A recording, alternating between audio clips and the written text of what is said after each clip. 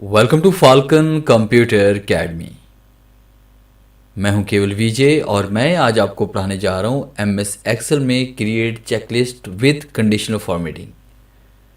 यानी आपने चेकलिस्ट अपनी तैयार करनी है, कोई भी आइटम वगैरह आपने यहाँ पे लिस्ट वगैरह क्रिएट करनी है जो फाइनल हो चुके हैं। जैसे आप यहाँ पे नंबर टाइप करें, जैसे आपने 1 टाइप किया वो टिक में कन्वर्ट होगा और यहाँ पे देखें उसके ऊपर एक लाइन सी आ जाएगी। इसका मतलब है ये काम कंप्लीट हो चुका है।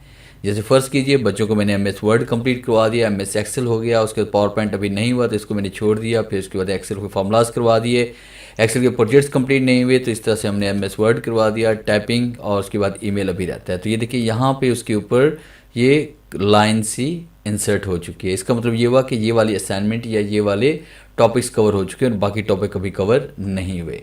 और जैसे हम इसको डिलीट करते हैं तो ये दोबारा नॉर्मल हो जाएंगे। तो ये अट्रैक्टिव चेकलिस्ट किस तरह से क्रिएट करनी है, आज हम इसके बारे में डिटेल से पढ़ने वाले हैं। लेक्चर स्टार्ट करने से पहले हम हमेशा की तरह यही कहूँगा कि अगर आज की इस वीडियो से कुछ आप सीख पाएँ, कुछ आप न्यू लर्न कर पाएँ तो इस वीडियो को लाइक ज़रूर कर दीजिएगा। तो स्टार्ट करते हैं आज का लेक्चर। तो सबसे पहले आपने इस तरह से एक टेबल क्रिएट कर लेना है प्रैक्टिस करने के लिए, और उसके बाद ये कमांड्स आपने अप्लाई करनी है। तो मैंने ये ऑलरेडी पहले से एक डाटा यहाँ पे कंपोज करके रखा हुआ है। तो सबसे पहला काम क्या करना है, आपने जो स्टेटस है उसके तमाम सेल्स को आपने पहले सिलेक्ट कर लेना है। फिर उसके बाद आपने होम टैब पे आना है। होम टैब पे क्लिक करने के बाद कंडीशनल फॉर्मेटिंग पे हम आएंगे और उसके बाद हम क्लिक करेंगे यहाँ पे न्यू रूल पे। न्यू रूल पे क्लिक करने के बाद आपके सामने न्यू रूल का ये डायलॉग बॉक्स ओपन होगा और आपने यहाँ ऊपर फर्स्ट कमांड पे ही क्लिक कर देना है। और उसके बाद यहाँ पे नीचे आपको कमांड नज़र आ रही है, यहाँ पे फॉर्मेट स्टाइल, आपने यहाँ पे क्लिक करके आपने फॉर्मेट स्टाइल जो देना है वो आइकन सेट्स देना है। फिर उसके बाद आपने यहाँ पे क्लिक करना है, आइकन स्टाइल कौन सा देना चाह रहे हैं, यहाँ पे ये चेकआउट वाला टिक वाला साइन हम यहाँ पे देना चाह रहे हैं। फिर उसके बाद आप कहते हैं यहाँ पे शो आइकन ऑनली, कि जब भी हम नंबर लिखें तो सिर्फ आइकन हमारे पास शो हो, बाकी कोई भी डाटा शो ना हो। तो यहाँ पे क्लिक कर लीजिएगा। फिर उसके बाद टाइप में आपने नंबर्स लिखना है, क्योंकि जब हम नंबर टाइप करेंगे, 1 टाइप करेंगे, तभी वो उसे कन्वर्ट करेगा यहाँ पे टिक के साइन में। तो यहाँ पे नंबर पे क्लिक करते हैं, फिर उसके नंबर पे क्लिक करते हैं। हम कहते हैं वैल्यू जब यहाँ पे 1 हो जाए तो तब वो कन्वर्ट कर दे इसे टिक के साइन में। तो इस तरह से आपने ये फॉर्मेटिंग अप्लाई करनी है। आइकन सेट सेलेक्ट करना है, टिक का साइन यहाँ पे सेलेक्ट करना है, शो आइकन ओनली करना है, नंबर सेलेक्ट करेंगे। फिर greater than is equal to value 1 के इक्वल हो जाए तब जो है ना ये हमारे पास टिक के साइन में कन्वर्ट हो जाए, और बाकी नीचे वाली को आपने यहाँ पे 0 कर देना है। और उसके बाद यहाँ पे हम इसको ओके कर लेते हैं। इस तरह से आपने फॉर्मेटिंग अप्लाई की। फिर उसके बाद आपने ये डाटा आपने सेलेक्ट करना है। ये डाटा सेलेक्ट करने के बाद आपने कंडीशनल फॉर्मेटिंग पे आपने आना है। फिर उसके बाद आपने न्यू रूल पे आना है और उसके बाद use formula to determine which cell to format आपने यहाँ पे क्लिक करना है।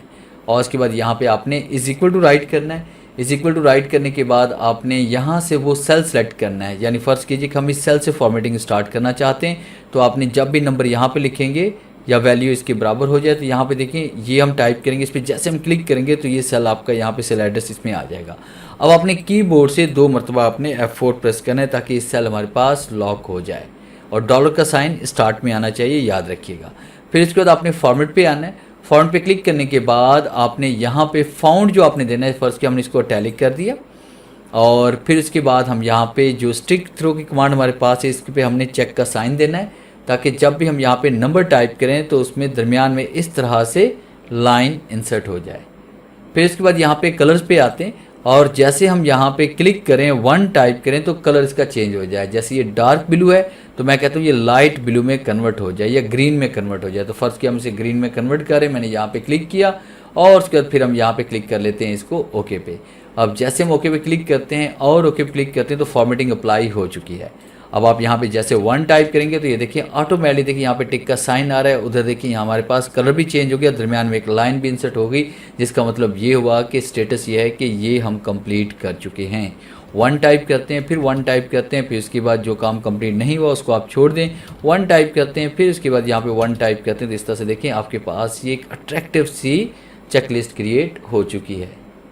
तो ये था मेरा आज का लेक्चर, जिसमें मैंने आपको पढ़ाया कि आप कंडीशनल फॉर्मेटिंग का यूज़ करते हुए चेकलिस्ट किस तरह से क्रिएट कर सकते हैं। उम्मीद है आज के इस लेक्चर में ज़रूर कुछ नया सीखने को मिला होगा। वीडियो अच्छी लगी है तो इसे लाइक कीजिए और अपने दोस्तों के साथ शेयर कीजिए। मिलते हैं हम नेक्स्ट लेक्चर में, तब तक के लिए गुड बाय।